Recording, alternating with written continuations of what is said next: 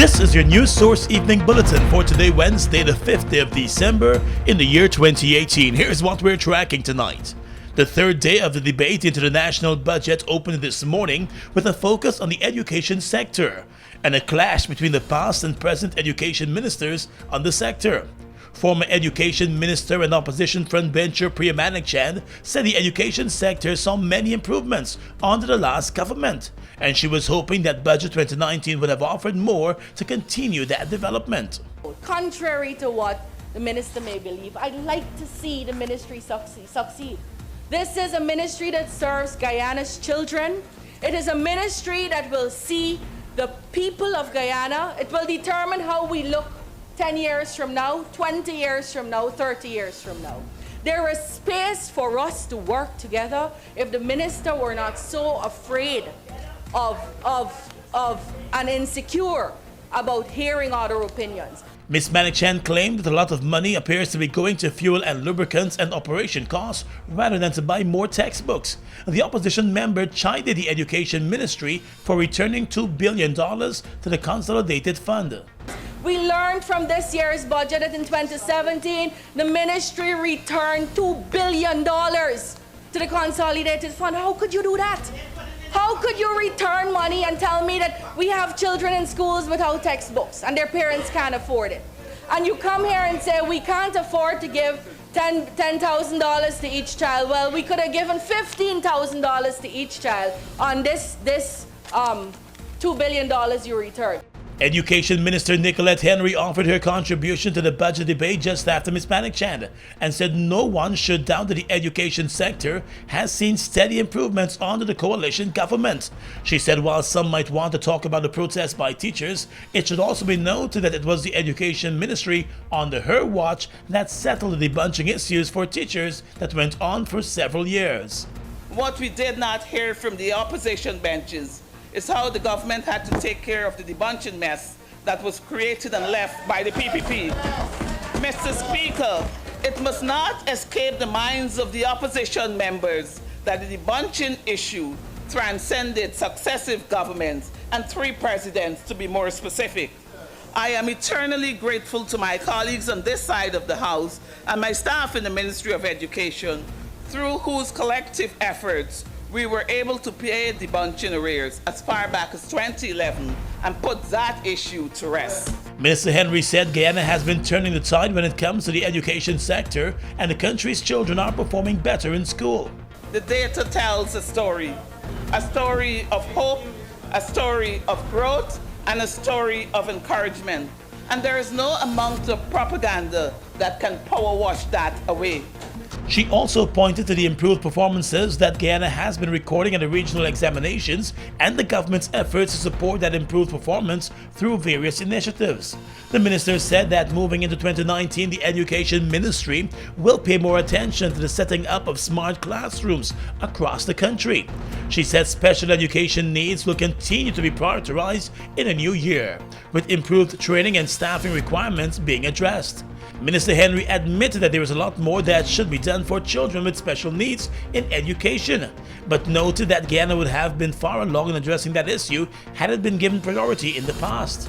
Other areas that will receive focus in the new year will be teacher preparation, psychological services, scholarships, the school feeding program, as well as music education. She said the government will continue to focus on development in the education sector.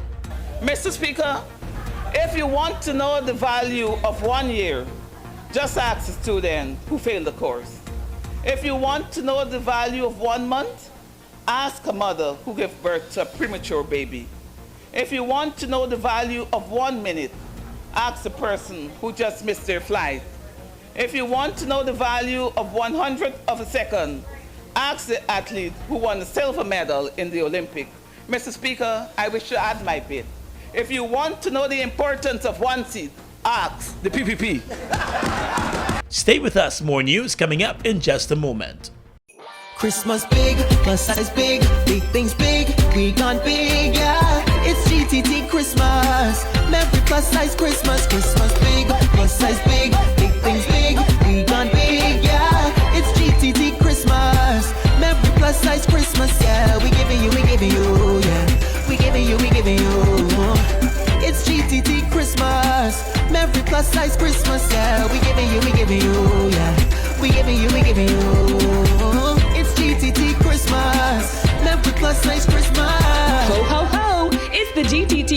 plus-size Christmas.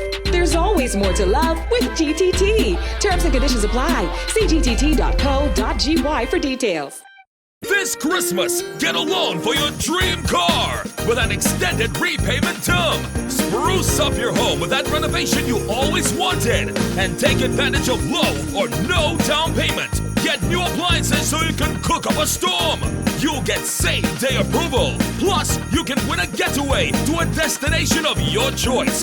Visit RepublicGuyana.com today to find out how. Republic Bank, we're the one for you.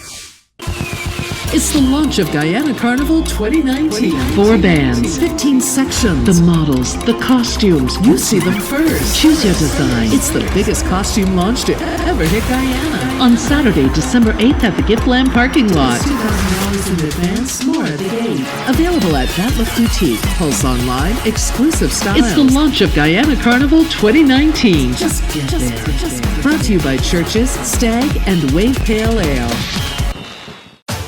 Get ready to ride it, ride it. Ready to ride it, ride it, ride it, ride it, ride it, ride the wave. Open up the new vibe, drink up the boldness inside. Radical and fresh and wild. Catch the wave now.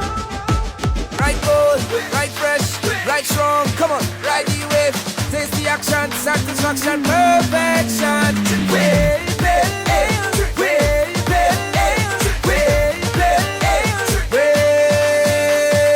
Ride the new wave of excitement sweeping Guyana. Wave Pale Ale, a premium, full-bodied, strong and refreshing alcoholic brew. Crafted to perfection for a bold, young, radical you. Don't settle for anything less. Catch a Wave Pale Ale and ride it today. Wave Pale Ale. Crafted to perfection. Welcome back. Several new category of workers in the Caribbean have been added to the list of CARICOM nationals who will now become entitled to move freely and work in member states. In a statement last evening, CARICOM leaders who wrapped up the meeting in Trinidad and Tobago yesterday said they have agreed to include agricultural workers, beauty service practitioners, barbers, and security guards to the agreed categories of skilled nationals who are entitled to move freely and seek employment within CARICOM member states. The leaders have also reiterated that a skills certificate issued by one member state would be recognized by all member states. Additionally, they have stated that member states will complete legislative and other arrangements in all member states for all categories of free movement of skilled persons and finalize the regime that permits citizens and companies of the community to participate in the public procurement processes in member states by the year 2019. The new agreements will serve as a big plus for many skilled nationals who for years have found it difficult to move between member states to land jobs. In many instances, some would have to seek individual work permits in those member states or work under the radar. The CARICOM leaders have said that they will ensure that they will continue to advance regional integration. As the third day of the budget debate continued on the inside of Parliament, scores of former sugar workers from the Iflot and Wills Estate gathered on the outside to demand their severance packages. Some other sugar workers from the Albion and Blairmont estates joined the protest to demand salary increases. The workers claimed that while many sugar workers have been paid their severance packages, they are still owed money and they would like to be paid now. With loud chants that triggered an increase in police presence, those workers who were retrenched said they want their severance and not excuses. The other group of sugar workers who still have their jobs explained that their concern is about the recent increase offered to public servants. They said they should get the increases too. The sugar workers were joined by the opposition leader and other members of the opposition who said it would only be fair that those workers who are still owed money receive their severance and those who are still in the industry be offered increases. In an interview, PPP Member of Parliament and Guyana Agricultural and General Workers Union President Kamal Chand noted that even at a time when the cost of living continues to climb, sugar workers are not beneficiaries of increases to their salaries. As for those from the Iflot and Wills estates, Mr. Chan said when the Wills estate was shut down, the workers should have been offered full severance. The government has said it would only pay severance to those workers who were laid off, and not those who were transferred to other estates. In the aviation sector, Fly Jamaica Airways has been forced to cancel a number of its flights for the coming weeks, as the airline tries to recover from the crash of one of its two aircraft at the Chedijagan Airport 3 weeks ago. The airline has started contacting passengers and has been informing them that their flights have been cancelled. However, passengers have not been offered any information on when the airline might resume full operation or when it will provide refunds. Some passengers have said that they have been told that refunds will be made available in the new year. The cancellations have left passengers fuming as they might be forced to change their travel plans, especially those flying into Guyana for the holiday season. The only other airline offering direct service to the New York and Toronto markets from Guyana is Caribbean Airlines, and many of that carrier's flights have already been booked out. News source understands that Fly Jamaica is trying to source a large aircraft as part of a lease agreement to assist with the backlog of flights. The airline's 757 aircraft crashed during an emergency landing at Guyana's Chedijagan Airport back in November. Its other plane, a 767, was already out of service for scheduled maintenance works. And finally tonight, with tears rolling down her face, 25-year-old Melissa Plater appeared before Magistrate Alicia George to answer the charge of murder committed on her reputed husband, Victor Roberts. The man was stabbed to death on Sunday at his Plaisance residence during a row with the accused. The accused stood quietly as the charge was read to her, with details of the crime. Just after the charge was presented, the magistrate ordered that the accused be remanded to jail until the next court date, which will be on the 17th of January. According to a police report, the couple got into an argument on Sunday afternoon, and that argument soon turned into a confrontation. It was during that confrontation that it is alleged that the woman armed herself with a knife and stabbed the man to the chest. He collapsed and was rushed to the hospital where doctors pronounced him dead. Some persons in the area have since claimed that the two were previously involved in fights, and many times the woman was abused. They believe she might have been acting in self-defense. And that's your News Source Evening Bulletin for tonight. Gordon Mosley reporting.